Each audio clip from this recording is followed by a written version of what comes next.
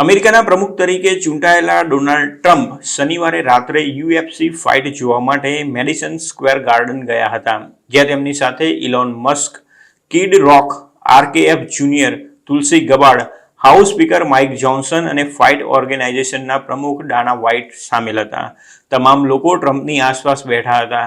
Elon Musk ટ્રમ્પની બાજુમાં બેઠા હતા, પરંતુ તેમની બીજી બાજુમાં એક વ્યક્તિ બેઠી હતી, જેને લઈને ઘણી ચર્ચાઓ ચાલી હતી. મોટાભાગના લોકોને ખ્યાલ નહોતો કે તે વ્યક્તિ કોણ છે. હકીકતમાં તો તે વ્યક્તિ સાઉદી અરબની એક મોટી વ્યક્તિ હતી અને લોકોને મીડિયા દ્વારા તેનો ખ્યાલ આવ્યો હતો.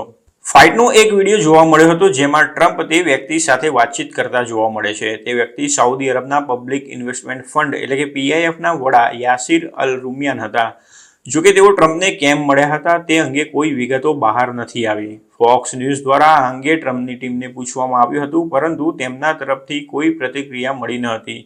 PIF સાઉદી અરબનું સોવેરિયન વેલ્થ ફંડ છે, જેનું નિયંત્રણ ક્રાઉન પ્રિન્સ મોહમ્મદ બિન સલમાન દ્વારા કરવામાં આવે છે, જ્યારે તેનું સંચાલન અલ રૂમિયાન દ્વારા કરવામાં આવી રહ્યું છે. મીડિયા રિપોર્ટ પ્રમાણે જુલાઈમાં PIF પાસે લગભગ $925 બિલિયન સંપત્તિ હોવાનો અંદાજ છે.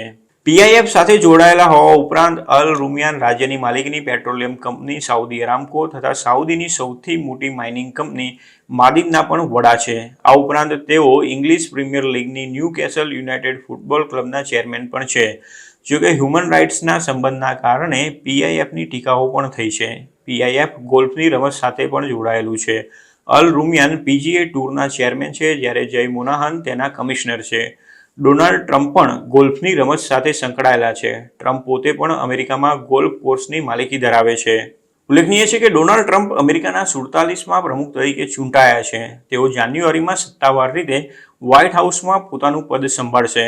ડોનાલ્ડ ટ્રમ્પ 2017માં પ્રમુખ તરીકે ચૂંટાયા હતા, પરંતુ ત્યારબાદ બીજી ટર્મ માટે તેઓ ચૂંટણી લડ્યા હતા, ત્યારે તેમને ડેમોક્રેટિક નેતા જો બાઇડન સામે પરાજયનો સામનો કરવો પડ્યો હતો. પરંતુ 2024માં તેઓ ફરીથી ચૂંટણી લડ્યા અને કમલા હેરિસને હરાવીને બીજી વખત અમેરિકાના પ્રમુખ બન્યા છે. ટ્રમ્પે આ વખતની ચૂંટણીમાં ઇલીગલ ઇમિગ્રેશનનો મુદ્દો ચગાવ્યો હતો અને તેમના વિજયનો મોટો શ્રેય પણ આ મુદ્દાને જ જાય છે. તેમણે ચૂંટણી પ્રચાર દરમિયાન કહ્યું હતું કે જો તેઓ ફરીથી પ્રમુખ બનશે તો US ઇતિહાસનું સૌથી મોટું માસ ડિપોર્ટેશન અભિયાન હાથ ધરશે.